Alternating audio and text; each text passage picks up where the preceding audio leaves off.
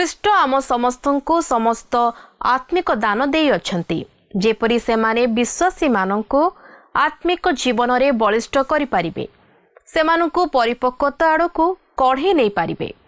आज कौन आमे आत्मिक जीवन रे परिपक्व अटु कि ईश्वर देइथिबा आत्मिक दान पाइअछु कि जीसुको मधुर वाक्य चला पथे साजे दीप अमरी चरण अलिभा आलोक देई जीवनर प्रतिपदे जीवनर प्रतिपदे बढ़ाए से सत्य पथ प्रदर्शिका से जे पथ प्रदर्शिका पथ प्रदर्शिका पथ प्रदर्शिका। प्रिय दर्शक बंधु प्रभु जीशुଙ୍କ मधुर नाम नमस्कार जणाई आजिर पथ प्रदर्शिका कार्यक्रम को आपनको स्वागत जणाए। आपण एही कार्यक्रम रे नियमित भावे योगदान करूअछंती और आशीर्वाद प्राप्त हेउअछंती तेणु प्रभुଙ୍କ नाम रे आपनको धन्यवाद जणाए। एही कार्यक्रम द्वारा आपनको जीवन रे घटिथिबा अनुभूति गुडी को टेलीविजन स्क्रीन रे दिया जायथिबा फोन नंबर रे हमकु जणांतु। आपण मानको मध्यरु जदि केही ए पर्यंत हमकु फोन करि पारि नाहंती तेबे आज ही सुजोग नै आम सहित जोगाजोग करंतु। आमे आपणको फोन कॉल रो अपेक्षा रे अछु। आपण निश्चय भलरे थिबे या मु आशा करे। आमे आपणको निमंते निरंतर प्रार्थना करूअछु। जदि आपणकर किछि व्यक्तिगत किबा पारिवारिक प्रार्थना अनुरोध अछि तेबे आमको जणांतु। ईश्वर आपणको प्रार्थनार उत्तर निश्चित भावरे देबे। जदि एही कार्यक्रम द्वारा पुनर्बार आपणको सहित साक्षात करिबा निमंते सुजोग पाइथिबारु प्रभुଙ୍କୁ धन्यवाद जणाए। ए कार्यक्रम माध्यम रे आपण जेपरि दिन को दिन आत्मिक दिगरे और एही अंधकार जगत रे आलोक स्वरूपे जळी पारिबे एहा ईश्वरଙ୍କ निकटरे आमर प्रार्थना। प्रभु आपणଙ୍କୁ बहुल भावरे आशीर्वाद करंतु। गत अध्ययन रे आमे देखिथिलु जे पाउल मंडली जेपरि ईश्वरଙ୍କ आह्वान अनुसार आचरण करी मंडली रे एकता स्थापन करिबा पई एतिपई ईश्वरଙ୍କ शक्ति रे शक्तियुक्त हेबा पई पाउल मंडली को अनुरोध करंती। आज आमे सही एफिसियो पुस्तक 4 अध्यायर परवर्ती विषय गुडी को आलोचना करिबा। ए स्थान रे पाउल मंडली रो साधु मानको ईश्वर देइथिबा विभिन्न दान गुडी को उल्लेख करंती। मध्य से जीशुଙ୍କ विषय रे गीत संहिता पुस्तक रे कहा जायतिबा एक उक्ति को उल्लेख करंती जेउठारे लेखा अछि से आरोहण करंती सेथिर अर्थ से पृथ्वी को अवतरण मध्य करथिले। या जीशुଙ୍କ जगत को आसीबार एक स्पष्ट भविष्यवाणी। तापरे से कहंती ख्रीष्ट आम समस्तଙ୍କୁ समस्त आत्मिक दान देई अछंती जेपरि सेमाने विश्वासी माननको आत्मिक जीवन रे बलिष्ठ करि पारिबे सेमाननको परिपक्वता आड़को कढ़ाई नहीं पारिबे। आज कौन आमे आत्मिक जीवन रे परिपक्व अटु कि आसंतु ए आलोचना सुनिबा पूर्वरु एक भक्तिमूलक गीत सुनिबा।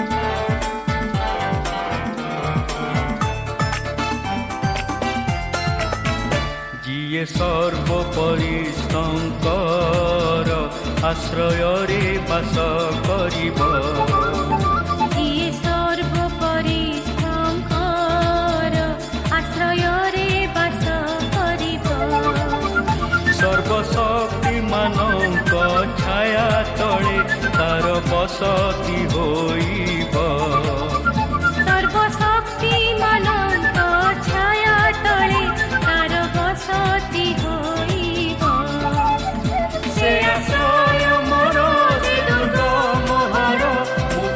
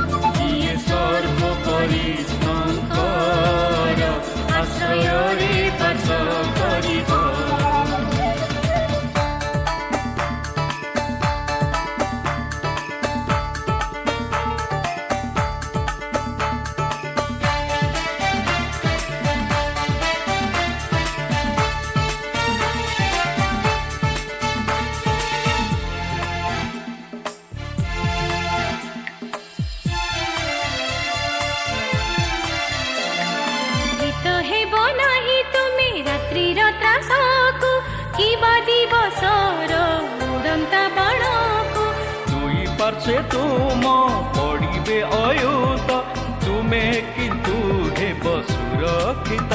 ସେ ଆଶ୍ରୟ ମୋର, ସେ ଦୁର୍ଗ ମୋହର, ମୁଁ ତାହାଙ୍କଠାରେ ରଖିଛି ନିର୍ଭର। ଆବୋରି ନେବେ ସେ ଆପଣା ପକ୍ଷରେ, ଆଶ୍ରୟ ଦେବେ ସେ ତାଙ୍କ ଡେରା ତଳେ।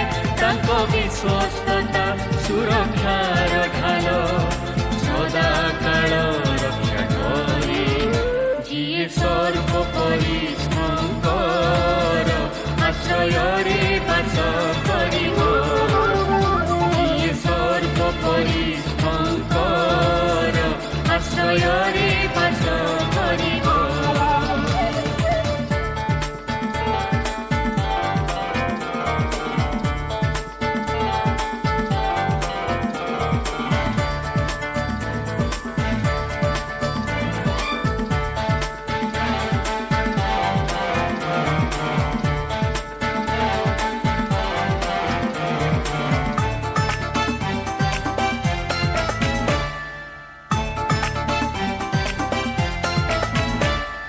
ବସତି କରିବ ଯେବେ ସର୍ବପରିଷ୍ଠଙ୍କୁ, ମହାମାରୀ ଆସିବନି ତୁମ ନିବାସକୁ। ସମସ୍ତ ଗତିରେ ତୁମ ରକ୍ଷା ପାଇଁ ଦୂତଙ୍କୁ ଆଦେଶ ଦେବେ, ଭୟ ଯେ ନାହିଁ। ସେ ଆଶ୍ରୟ ମୋର, ସେ ଦୁର୍ଗ ମୋହର, ମୁଁ ତାହାଙ୍କଠାରେ ରଖିଛି ନିର୍ଭର। ଆବୋରି ନେବେ ସେ ଆପଣା ପକ୍ଷରେ, ଆଶ୍ରୟ ଦେବେ ସେ ତାଙ୍କ ଡେରା ତଳେ। ତାଙ୍କ ବିଶ୍ୱସ୍ତତା ସୁରକ୍ଷାର ଢାଲ, ସଦାକାଳ ରକ୍ଷା କରେ।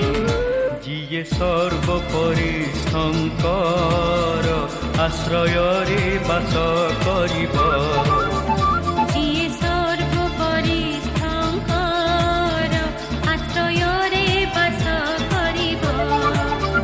ସର୍ବଶକ୍ତିମାନଙ୍କ ଛାୟା ତଳେ ତାର ବସତି ହୋଇବ। ସର୍ବଶକ୍ତିମାନଙ୍କ ଛାୟା ତଳେ ତାର ବସତି ହୋଇବ। ସେ ଆଶ୍ରୟ ମୋର, ସେ ଦୁର୍ଗ ମୋହର, ମୁଁ ତାହାଙ୍କଠାରେ ରଖିଛି ନିର୍ଭର। ଆବୋରି ନେବେ ସେ ଆପଣା। ଆସନ୍ତୁ ବର୍ତ୍ତମାନ ଆମେ ପ୍ରଭୁଙ୍କର ବାକ୍ୟ ମଧ୍ୟକୁ ଯିବା। ଆଜି ଆମେ ଏଫେସୀୟ 4 ପର୍ବର 7 ପଦରୁ ଆରମ୍ଭ କରି 13 ପଦ ପର୍ଯ୍ୟନ୍ତ ଅଧ୍ୟୟନ କରିବା ନିମନ୍ତେ ଯିବା। ବର୍ତ୍ତମାନ ଆମେ ନୂତନ ମନୁଷ୍ୟର ସଂଯମତା ସମ୍ପର୍କରେ କିଛି ଆଲୋଚନା କରିବାକୁ ଯିବା। ମଣ୍ଡଳୀ ସଦାସର୍ବଦା ଆତ୍ମିକ ଜୀବନରେ ଶିଶୁ ପରି ରହିବା ଉଚିତ ନୁହେଁ, ମାତ୍ର ଏହା ଆତ୍ମିକ ଜୀବନରେ ପରିପକ୍ୱତା ଲାଭ କରିବା ଉଚିତ ଓ ଈଶ୍ୱର ତାହାଙ୍କର ସନ୍ତାନମାନଙ୍କୁ ଆତ୍ମିକ ଜୀବନରେ ବୃଦ୍ଧି ଲାଭ କରିବା ନିମନ୍ତେ ଓ ପରିପକ୍ୱ ହେବା ନିମନ୍ତେ ଅନୁଗ୍ରହ ପ୍ରଦାନ କରିଅଛନ୍ତି। ତେବେ ଦେଖନ୍ତୁ 4 ପର୍ବର 7 ପଦରେ ଏହିପରି ଲେଖା ଅଛି, କିନ୍ତୁ ଖ୍ରୀଷ୍ଟଙ୍କ ଦାନର ପରିମାଣ ଅନୁସାରେ ଆମ୍ଭମାନଙ୍କ ପ୍ରତ୍ୟେକକୁ ଅନୁଗ୍ରହ ଦତ୍ତ ହୋଇଅଛି। ଈଶ୍ୱର ବିଶ୍ୱାସୀମାନଙ୍କୁ ଦାନଗୁଡ଼ିକ ପ୍ରଦାନ କରିଅଛନ୍ତି, ଯାହାକି ଆମେ ରୋମିଓ 12 ପର୍ବରେ ଓ 1 କରିନ୍ଥୀୟ 12 ପର୍ବରୁ 14 ପର୍ବ ମଧ୍ୟରେ ଲକ୍ଷ୍ୟ କରିବାକୁ ପାରୁ। ବିଶ୍ୱାସୀମାନେ ଯଦିଓ ଆତ୍ମାଙ୍କ ଐକ୍ୟ ରକ୍ଷା କରିବା ନିମନ୍ତେ ଯତ୍ନବାନ ହେବା ଉଚିତ, ମାତ୍ର ଏହାର ଅର୍ଥ ନୁହେଁ ଯେ ପ୍ରତ୍ୟେକ ପରସ୍ପରର ଅନୁରୂପ।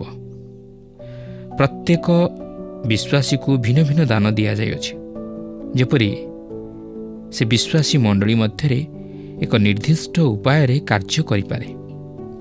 ସେଥିପାଇଁ 1 କରିନ୍ଥୀୟ 12 ପର୍ବର 7 ପଦରେ ପାଉଲ ଏହିପରି ପ୍ରକାଶ କରନ୍ତି, କିନ୍ତୁ ପ୍ରତ୍ୟେକ ଜଣକୁ ଆତ୍ମାଙ୍କ ଗୁଣ ପ୍ରକାଶକ ଦାନ ସାଧାରଣ ହିତ ନିମନ୍ତେ ପ୍ରଦତ୍ତ ହୁଏ।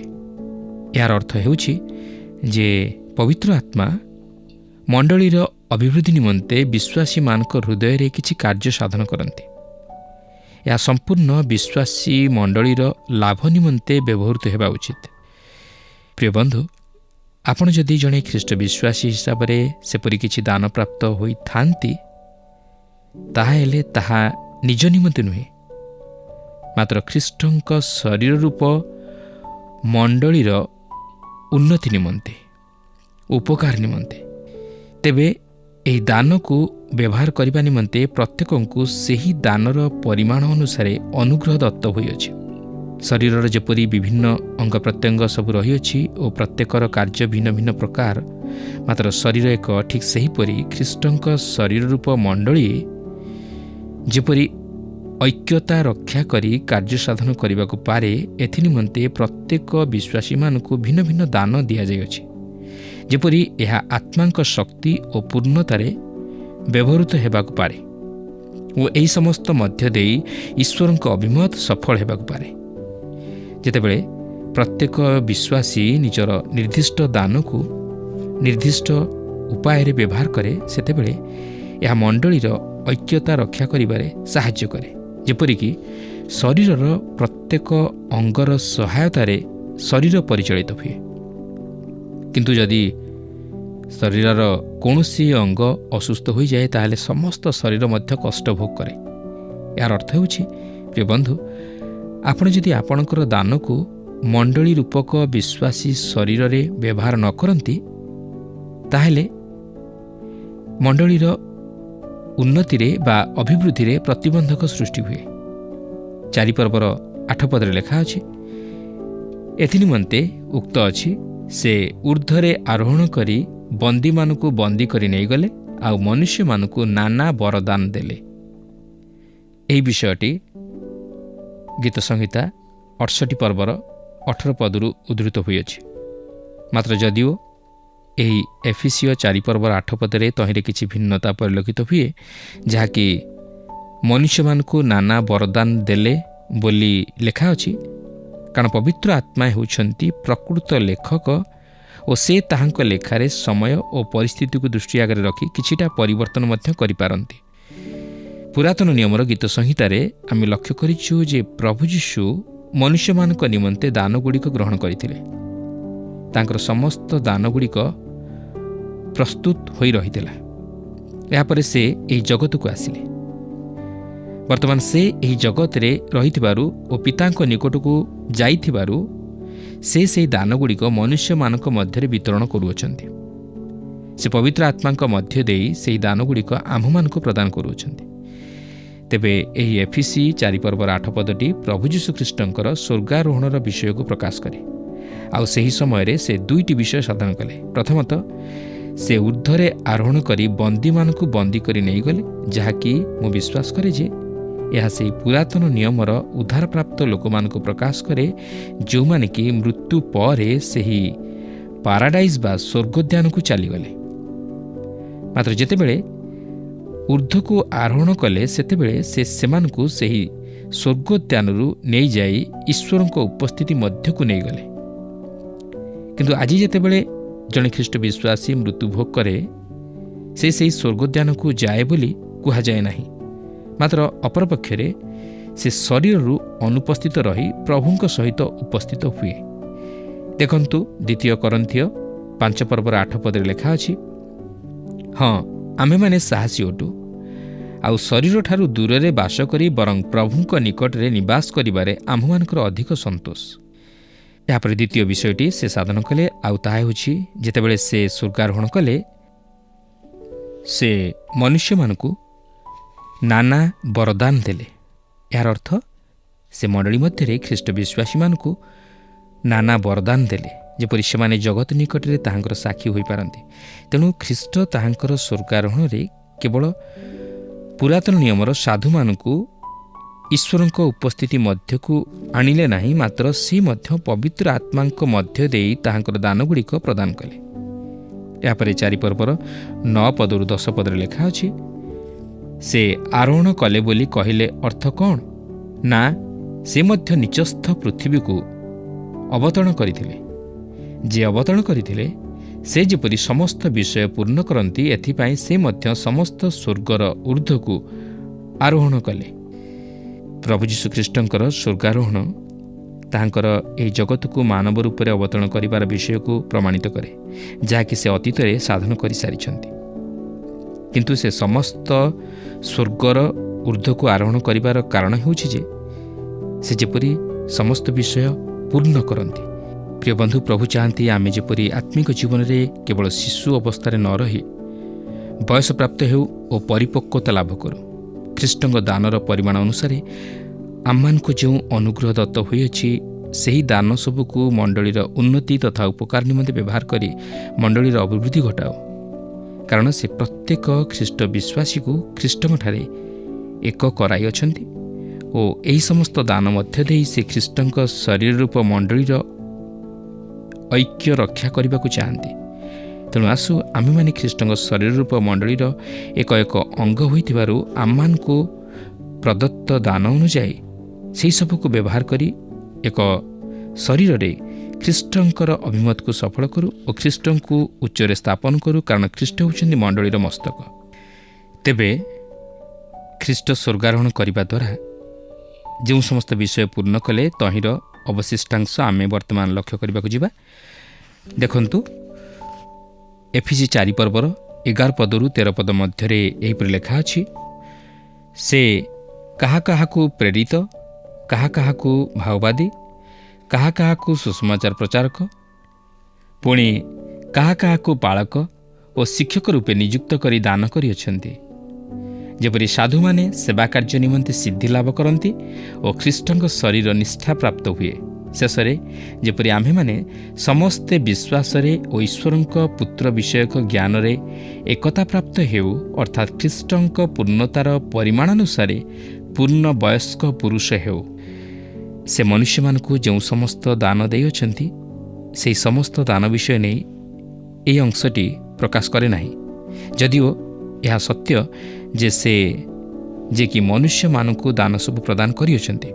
ମାତ୍ର ପାଉଲ ଏଠାରେ ଯାହା କହିବାକୁ ଚାହାନ୍ତି ତାହା ହେଉଛି ଯେ ସେ ଅର୍ଥାତ୍ ଖ୍ରୀଷ୍ଟ କେତେକ ବ୍ୟକ୍ତିମାନଙ୍କୁ ନିଅନ୍ତି, ଯେଉଁମାନେ କି କେତେକ ଦାନ ପ୍ରାପ୍ତ ହୋଇଅଛନ୍ତି ଓ ସେ ସେମାନଙ୍କୁ ମଣ୍ଡଳୀକୁ ପ୍ରଦାନ କରନ୍ତି। ବର୍ତ୍ତମାନ ଲକ୍ଷ୍ୟ କରନ୍ତୁ, ସେମାନେ କେଉଁ ଉଦ୍ଦେଶ୍ୟ ନେଇ ମଣ୍ଡଳୀକୁ ଦିଆଯାଇଥିଲେ। ଲେଖା ଅଛି, ଯେପରି ସାଧୁମାନେ ସେବା କାର୍ଯ୍ୟ ନିମନ୍ତେ ସିଦ୍ଧି ଲାଭ କରନ୍ତି ଓ ଖ୍ରୀଷ୍ଟଙ୍କ ଶରୀର ନିଷ୍ଠା ପ୍ରାପ୍ତ ହୁଏ। ଏହି ସମସ୍ତ ଦାନପ୍ରାପ୍ତ ଲୋକମାନେ ମଣ୍ଡଳୀକୁ ଦିଆଯାଇଅଛନ୍ତି। ମଣ୍ଡଳୀର ଆଭିମୁଖ୍ୟ କ'ଣ? ଏହା ଯେପରି ବର୍ଦ୍ଧିଷ୍ଣୁ ହେବାକୁ ପାରେ, ଏଥିନିମନ୍ତେ ଏହାକୁ ପରିପକ୍ୱ ହେବାକୁ ଅଛି। ପ୍ରଭୁ ଯୀଶୁଖ୍ରୀଷ୍ଟ ହେଉଛନ୍ତି ଜଣେ ଯାହାଙ୍କର କ୍ଷମତା ରହିଅଛି ଓ ସେ ହେଉଛନ୍ତି ଜଣେ ଯିଏକି ଦାନ ମଧ୍ୟ ବିତରଣ କରନ୍ତି। ସେ ମଧ୍ୟ ଦାନପ୍ରାପ୍ତ ବ୍ୟକ୍ତିମାନଙ୍କୁ ମଣ୍ଡଳୀକୁ ଦାନ କରନ୍ତି। ସେ ମଣ୍ଡଳୀକୁ ପ୍ରେରିତମାନଙ୍କୁ ଦାନ କଲେ।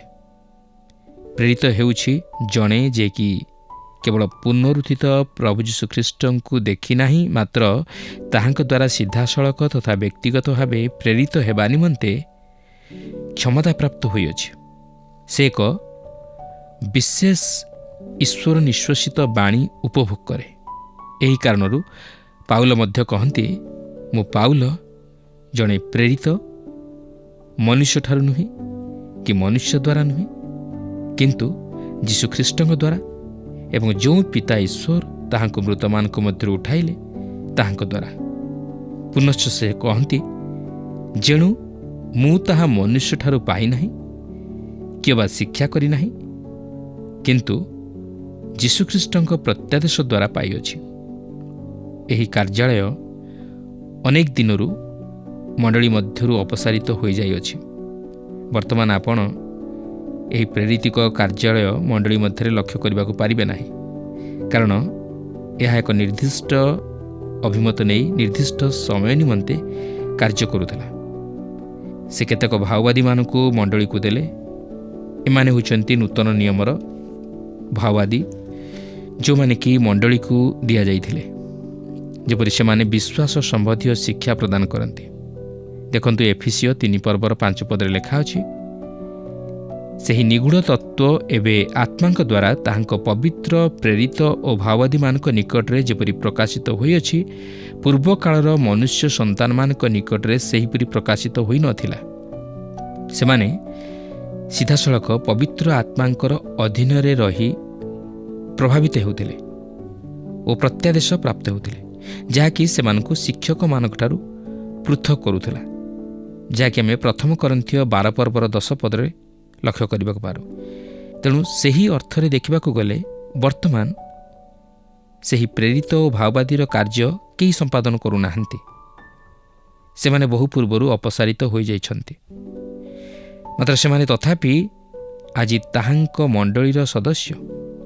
ତାହାଙ୍କର ମଣ୍ଡଳୀ କେବଳ ଏହି ଜଗତରେ ନାହିଁ, ମାତ୍ର ମଣ୍ଡଳୀର କିଛି ଅଂଶ ସେହି ସ୍ୱର୍ଗରେ ତାହାଙ୍କ ସହିତ ଅଛି। ଅନ୍ୟ ଅର୍ଥରେ କହିବାକୁ ଗଲେ ସେମାନେ ଆଜି ମଧ୍ୟ ଆମ୍ଭମାନଙ୍କ ସହିତ ଅଛନ୍ତି। ଆପଣ କ'ଣ ବର୍ତ୍ତମାନ ଏହି ଏଫେସୀୟ ପତ୍ରଟିକୁ ଅଧ୍ୟୟନ କରୁନାହାନ୍ତି? କିଏ ଏହା ଲେଖିଅଛନ୍ତି? ପ୍ରେରିତ ପାଉଲ, ଓ ସେ ଆଜି ମଧ୍ୟ ଆମମାନଙ୍କ ସହିତ ଅଛନ୍ତି, ଯଦିଓ ସେ ଖ୍ରୀଷ୍ଟଙ୍କ ସହିତ ସେହି ସ୍ୱର୍ଗରେ ଉପବେଶନ କରିଅଛନ୍ତି। ସେ ଶରୀରରେ ଅନୁପସ୍ଥିତ, ମାତ୍ର ଖ୍ରୀଷ୍ଟଙ୍କ ସହିତ ଉପସ୍ଥିତ। ତଥାପି ସେ ମଣ୍ଡଳୀର ଜଣେ ସଭ୍ୟ ଓ ଆମ୍ଭମାନଙ୍କ ନିମନ୍ତେ ଜଣେ ପ୍ରେରିତ। ଲେଖା ଅଛି, ସେ କାହାକୁ କାହାକୁ ସୁସମାଚାର ପ୍ରଚାରକ ସ୍ୱରୂପେ ମଣ୍ଡଳୀକୁ ଦାନ କଲେ। ଏହି ସୁସମାଚାର ପ୍ରଚାରକମାନେ ଭ୍ରମଣକାରୀ ପ୍ରଚାରକ ଥିଲେ। ପାଉଲ ମଧ୍ୟ ଜଣେ ଭ୍ରମଣକାରୀ ପ୍ରଚାରକ ଥିଲେ। ଆଜି ଆମେ ସୁସମାଚାର ପ୍ରଚାରକମାନଙ୍କ ବିଷୟରେ ଯେପରି ଭାବୁଛୁ, ସେମାନେ ସେପରି ନଥିଲେ। ସେହି ସମୟରେ ସେପରି କୌଣସି ଅନୁଷ୍ଠାନ ନଥିଲା ଏହିପରି ପ୍ରଚାର ଅଭିଯାନ ନିମନ୍ତେ। ସେମାନେ ନିଜେ ପବିତ୍ର ଆତ୍ମାଙ୍କ ଦ୍ୱାରା ପରିଚାଳିତ ହୋଇ ନୂତନ ନୂତନ ଅଞ୍ଚଳ ମଧ୍ୟକୁ ଯାଇ ସୁସମାଚାର ପ୍ରଚାର କରୁଥିଲେ ଓ ପବିତ୍ର ଆତ୍ମା ସେମାନଙ୍କର ଅଗ୍ରବର୍ତ୍ତୀ ହୋଇ ସେମାନଙ୍କୁ ବ୍ୟବହାର କରୁଥିଲେ ଓ ସେମାନେ ସମ୍ପୂର୍ଣ୍ଣ ପବିତ୍ର ଆତ୍ମାଙ୍କର ଚାଳନାରେ ପରିଚାଳିତ ହେଉଥିଲେ। ଲେଖା ଅଛି, ସେ ମଧ୍ୟ କାହାକୁ କାହାକୁ ପାଳକ ଭାବରେ ମଣ୍ଡଳୀକୁ ଦେଲେ। ଏହି ଲୋକମାନେ ମେଷମାନଙ୍କର ଅର୍ଥାତ୍ ଖ୍ରୀଷ୍ଟ ବିଶ୍ୱାସୀମାନଙ୍କର ପାଳକ ସ୍ୱରୂପ ଥିଲେ। ଏମାନେ ଖ୍ରୀଷ୍ଟ ବିଶ୍ୱାସୀମାନଙ୍କର ଯତ୍ନ ତତ୍ତ୍ୱ ନେଉଥିଲେ। ଲେଖା ଅଛି, ସେ ମଧ୍ୟ କାହାକୁ କାହାକୁ ଶିକ୍ଷକ ରୂପେ ନିଯୁକ୍ତି ଦେଲେ। ଏହି ଲୋକମାନେ ବିଶ୍ୱାସୀମାନଙ୍କୁ ଶିକ୍ଷା ଦେଉଥିଲେ। ଏହା ମଧ୍ୟ ଏକ ଦାନ, ଯାହାକି ରୋମୀୟ 12 ପର୍ବର 7 ପଦରେ, ପ୍ରଥମ କରିନ୍ଥୀୟ 12 ପର୍ବର 28 ଓ 29 ପଦରେ ଓ ପ୍ରଥମ ତିମୋଥୀ 3 ପର୍ବର 2 ପଦରେ ଲକ୍ଷ୍ୟ କରିବାକୁ ପାରିବେ। ତେଣୁ ଈଶ୍ୱର ଏହିପରି ଲୋକମାନଙ୍କୁ ମଣ୍ଡଳୀକୁ ଦାନ କରିଅଛନ୍ତି, ଯେପରି ମଣ୍ଡଳୀ ପୂର୍ଣ୍ଣ ବୟସ୍କ ପୁରୁଷ ସ୍ୱରୂପ ହେବାକୁ ପାରେ, ଅର୍ଥାତ୍ ଆତ୍ମିକ ଜୀବନରେ ପରିପକ୍ୱତାର ସ୍ତରକୁ ଆସେ, ଯେଉଁଠାରେ କି ସେ ସଂଯମତା ରକ୍ଷା କରିପାରିବ। ତେଣୁ ପ୍ରିୟ ବନ୍ଧୁ, ଆପଣ ଯଦି ଜଣେ ଖ୍ରୀଷ୍ଟ ବିଶ୍ୱାସୀ, ତାହେଲେ ଆପଣ ମଧ୍ୟ ଖ୍ରୀଷ୍ଟଙ୍କର ସାକ୍ଷୀ ହୋଇପାରିବେ ଓ ମଣ୍ଡଳୀକୁ ଗଠନ କରିବାରେ ସକ୍ରିୟ ଅଂଶଗ୍ରହଣ କରିପାରିବେ। କାରଣ ଖ୍ରୀଷ୍ଟ ବିଶ୍ୱାସୀ ହିସାବରେ ଖ୍ରୀଷ୍ଟଙ୍କୁ ଜଗତ ନିକଟରେ ପ୍ରକାଶ କରିବାର ଦାୟିତ୍ୱ ଆମ ପ୍ରତ୍ୟେକଙ୍କର ରହିଅଛି। ପ୍ରଭୁ ଆପଣଙ୍କୁ ଯେଉଁ ଦାନ ଦେଇଅଛନ୍ତି, ତାହାକୁ ମଣ୍ଡଳୀର ଉନ୍ନତି ତଥା ଅଭିବୃଦ୍ଧି ନିମନ୍ତେ ବ୍ୟବହାର କରନ୍ତୁ। କିନ୍ତୁ ଅନ୍ୟ ଉପରେ ନିର୍ଭର କରନ୍ତୁ ନାହିଁ, କି ଅନ୍ୟର ଦାନ ପ୍ରତି ହିଂସା କରନ୍ତୁ ନାହିଁ। କିନ୍ତୁ ଅନେକ ସମୟରେ ଲକ୍ଷ୍ୟ କରାଯାଏ ଯେ ମଣ୍ଡଳୀ ମଧ୍ୟରେ ଯେଉଁମାନେ ଦାନପ୍ରାପ୍ତ ହୋଇଥାନ୍ତି, ସେମାନେ ସେହି ଦାନକୁ ନେଇ ଗର୍ବ ଅନୁଭବ କରନ୍ତି। ସେମାନେ ସେହି ଦାନକୁ ନେଇ ପାର୍ଥକ୍ୟତା ସୃଷ୍ଟି କରନ୍ତି। ସେମାନେ ନିଜକୁ ଆତ୍ମିକ ଜୀବନରେ ଅତି ମହାନ ବୋଲି, ଶ୍ରେଷ୍ଠ ବୋଲି ବିବେଚନା କରନ୍ତି। ସେମାନେ ଅନ୍ୟ ବିଶ୍ୱାସୀମାନଙ୍କୁ ନ୍ୟୁନ ଦୃଷ୍ଟିରେ ଦେଖନ୍ତି। ଆଉ ତଦ୍ୱାରା କ'ଣ ହୁଏ ନା ଦଳଭେଦ ହୁଏ। ତଦ୍ୱାରା ମଣ୍ଡଳୀ ମଧ୍ୟରେ ବିଶୃଙ୍ଖଳା ସୃଷ୍ଟି ହୁଏ, ଏକତା କ୍ଷୁର୍ଣ୍ଣ ହୁଏ, ଖ୍ରୀଷ୍ଟଙ୍କର ଅଗୌରବ ହୁଏ। କିନ୍ତୁ ଏଠାରେ ଆମମାନେ ପ୍ରଭୁଙ୍କର ବାକ୍ୟ ମଧ୍ୟ ଦେଇ ଶିକ୍ଷାପ୍ରାପ୍ତ ହେଉଛୁ ଯେ ପ୍ରଭୁ ଯଦି ଆମମାନଙ୍କୁ ସେ ପ୍ରକାର କୌଣସି ମଣ୍ଡଳୀର ନିଷ୍ଠା ନିମନ୍ତେ ଦାନ ଦେଇଅଛନ୍ତି, ତାହେଲେ ଆମେ ସେଥି ନିମନ୍ତେ ଗର୍ବ କରିବା ଉଚିତ ନୁହେଁ, ବା ସେଥି ନିମନ୍ତେ ନିଜକୁ ଅନ୍ୟମାନଙ୍କଠାରୁ ଶ୍ରେଷ୍ଠ ବୋଲି ବିବେଚନା କରିବା ଉଚିତ ନୁହେଁ। ମାତ୍ର ଅନ୍ୟମାନଙ୍କ ସହିତ ଏକତା ରକ୍ଷା କରିବା ଉଚିତ, ଅନ୍ୟମାନଙ୍କୁ ପ୍ରଭୁରେ ବଢ଼ାଇବା ଉଚିତ, ଅନ୍ୟମାନଙ୍କୁ ଆତ୍ମିକ ଜୀବନରେ ବର୍ଦ୍ଧିଷ୍ଣୁ କରାଇବା ଉଚିତ, ଅନ୍ୟମାନଙ୍କୁ ଉତ୍ସାହ ପ୍ରଦାନ କରିବା ଉଚିତ। ଯେଉଁମାନେ ଆତ୍ମିକ ଜୀବନରେ ଦୁର୍ବଳ, ସେମାନଙ୍କୁ ଆହୁରି ଆତ୍ମିକ ଜୀବନରେ ସବଳ କରାଇବା ଉଚିତ। ତାହେଲେ ସେମାନେ ପ୍ରଭୁଙ୍କ ନିମନ୍ତେ ବଢ଼ିପାରିବେ, ମଣ୍ଡଳୀ ନିଷ୍ଠାପ୍ରାପ୍ତ ହୋଇପାରିବ। ଆଉ ପ୍ରଭୁ ସେହି ଉଦ୍ଦେଶ୍ୟରେ ହିଁ ଦାନ ପ୍ରଦାନ କରିଥାନ୍ତି, କିନ୍ତୁ ଆମମାନଙ୍କର ନିଜର ସ୍ୱାର୍ଥ ହାସଲ ନିମନ୍ତେ ନୁହେଁ, ନିଜକୁ ପ୍ରତିଷ୍ଠିତ କରାଇବା ନିମନ୍ତେ ନୁହେଁ। ପ୍ରଭୁ ସେ ପ୍ରକାର ବିଷୟ ଆମମାନଙ୍କ ଜୀବନରୁ ଆଶା କରନ୍ତି ନାହିଁ। ଆଉ ପ୍ରଭୁ ସେ ପ୍ରକାର ଲୋକମାନଙ୍କୁ ଘୃଣା କରନ୍ତି। ସେମାନେ କେବେ ହେଲେ ମଣ୍ଡଳୀର ଉନ୍ନତି ଘଟାଇ ପାରନ୍ତି ନାହିଁ, ବରଂ ତହିଁ ପରିବର୍ତ୍ତେ ମଣ୍ଡଳୀର ଆତ୍ମିକ ଜୀବନର ଅଧପତନ ଘଟାଇଥାନ୍ତି, ମଣ୍ଡଳୀର ଆତ୍ମିକ ଅଭିବୃଦ୍ଧିରେ ବ୍ୟାଘାତ ସୃଷ୍ଟି କରିଥାନ୍ତି। ତେଣୁ ଆସୁ ଅନ୍ୟ ବିଶ୍ୱାସୀମାନଙ୍କର ଉପକାର ପାଇଁ ଏବଂ ଦୁର୍ବଳ ବିଶ୍ୱାସୀମାନଙ୍କର ଉନ୍ନତିର କାରଣ ପାଇଁ ଆମମାନେ ତାହା ବ୍ୟବହାର କରୁ, ଯଦ୍ୱାରା କି ଖ୍ରୀଷ୍ଟୀୟ ମଣ୍ଡଳୀ ଖ୍ରୀଷ୍ଟଙ୍କ ଗୌରବ ନିମନ୍ତେ ବ୍ୟବହୃତ ହୋଇପାରିବ ଏବଂ ଆତ୍ମିକ ଜୀବନରେ ବୃଦ୍ଧିପ୍ରାପ୍ତ ହୋଇପାରିବ। ପ୍ରଭୁ ପ୍ରତ୍ୟେକଙ୍କୁ ଏହି ସଂକ୍ଷିପ୍ତ ଆଲୋଚନା ମଧ୍ୟ ଦେଇ ଆଶୀର୍ବାଦ କରନ୍ତୁ। ଏହି ଅଧ୍ୟୟନ ଦ୍ୱାରା ଆପଣ ନିଶ୍ଚିତ ଭାବେ ଆଶୀର୍ବାଦ ଯୁକ୍ତ ହୋଇଅଛନ୍ତି, ଏହା ମୋର ବିଶ୍ୱାସ।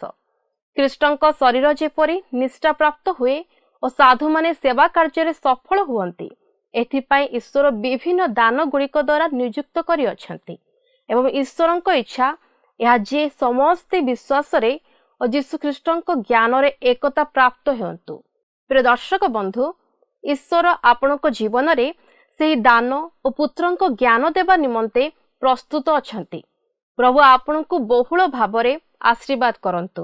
ଆଗାମୀ ଅଧ୍ୟାୟରେ ଆପଣଙ୍କ ସହିତ ପୁଣି ଥରେ ସାକ୍ଷାତ ହେବ। ଧନ୍ୟବାଦ। କାର୍ଯ୍ୟକ୍ରମ ଶେଷ କରିବା ପୂର୍ବରୁ ଆସନ୍ତୁ ପଦେ ପ୍ରାର୍ଥନା କରିବା। ପ୍ରିୟ ପ୍ରଭୁ, ଦୟାଳୁ ପ୍ରଭୁ, ତୁମେ ଆମମାନଙ୍କୁ ପୁଣି ଥରେ ଏକ ନୂତନ ଶିକ୍ଷା ଦେଇଅଛ, ସେଥିପାଇଁ ତୁମର ମହତ୍ ନାମକୁ ଧନ୍ୟବାଦ ଦେଉଛୁ। ଆମମାନେ ଯେଭଳି ତୁମଠାରେ ପ୍ରଭୁ ନିର୍ଭର କରିପାରିବୁ, ତୁମଠାରେ ପ୍ରଭୁ ଲାଗି ରହି ପ୍ରଭୁ, ତୁମଠାରେ ପ୍ରଭୁ ସପା ଯେଉଁ ଶକ୍ତି ତୁମେ ଆମମାନଙ୍କୁ ପ୍ରଦାନ କରିଅଛ ପ୍ରଭୁ, ତୁମଠାରେ ସଂଲଗ୍ନ ଜୀବନ କାଟିପାରିବୁ, ତୁମେ ସେହିପରି ଆମ ପ୍ରତ୍ୟେକ ଜଣକୁ ତୁମେ ସାହାଯ୍ୟ କର। ପ୍ରଭୁ, ଏତେବେଳେ ପ୍ରାର୍ଥନା କରୁଛୁ ଯେଉଁ ଭାଇ ଭଉଣୀମାନେ ତୁମରେ ସେଇ ପ୍ରଭୁ ବାକ୍ୟକୁ ଦେଖୁଅଛନ୍ତି ପ୍ରଭୁ, ଶୁଣୁଅଛନ୍ତି ପ୍ରଭୁ, ପ୍ରତ୍ୟେକ ଜଣଙ୍କ ଜୀବନରେ ପ୍ରଭୁ ତୁମେ କାର୍ଯ୍ୟ କରାଅ। ହଁ ପ୍ରଭୁ, ଏତେବେଳେ ତୁମେ ପ୍ରାର୍ଥନାକୁ ତୁମେ ଶୁଣିଅଛ ଏବଂ ଉତ୍ତରକୁ ଦେଇଅଛ ବୋଲି ବିଶ୍ୱାସ କରି ପ୍ରଭୁ ଯୀଶୁଖ୍ରୀଷ୍ଟଙ୍କ ନାମରେ ମାଗୁଅଛି, ଆମେନ୍। ଗତ ପ୍ରଶ୍ନର ଉତ୍ତରଟି ହେଉଛି ଏ ପ୍ରଭୁ। ଆଜିର ପ୍ରଶ୍ନଟି ହେଉଛି ମଣ୍ଡଳୀର ମସ୍ତକ କିଏ? ଏ ଜ୍ଞାନ, ବି ବ୍ୟବସ୍ଥା, ସି ଧର୍ମକର୍ମ, ଡି ଖ୍ରୀଷ୍ଟ।